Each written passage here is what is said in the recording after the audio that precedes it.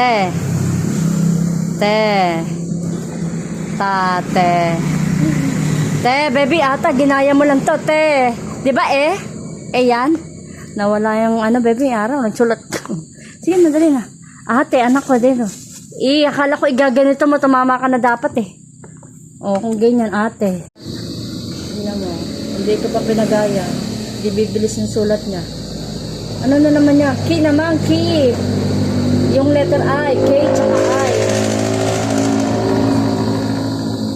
O, sa red hanggang ano.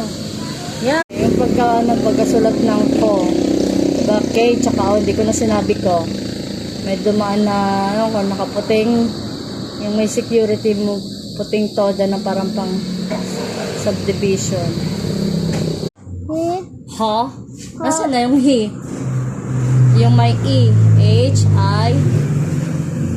He. Ayun na yung gagagi. Naisulat. He. Dali mo, tundok. Ha? Ha? Sabi mo, ano yan? Ha?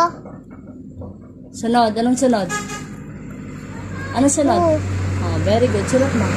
Tingnan mo, mabilis naman siya magsulat. No? N, tsaka O. Small letter down sa baba ng red. Pataas na yan, ha? No. N, tsaka U. Tsaka O.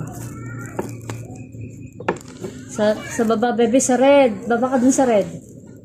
Yung O. Ay, nako.